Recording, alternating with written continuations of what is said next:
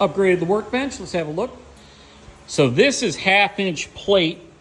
I welded 4 locating pins so it won't move. I also drilled 4 holes to put this in, and that's bolted down. So this isn't going anywhere, but I've got my old vise here. I've got this 1/2-inch plate to beat on stuff with, and I inlaid this angle iron so that it's flat with the wood to protect the edges so the wood won't get messed up. And I think I'm almost done with this workbench.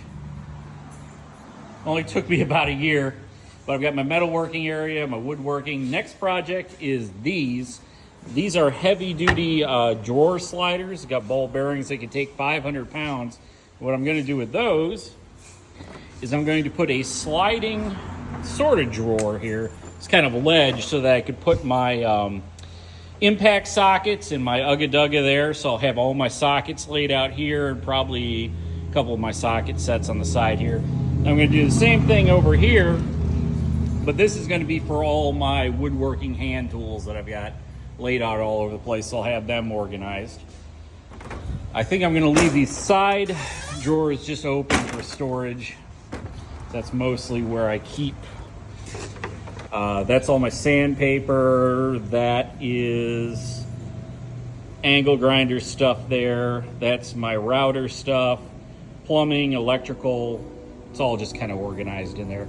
And the other side's about the same way. So I think I'll keep it like that. Got these things for organizing all my bolts. These 2 are for different types of nails. That's my bolts down here.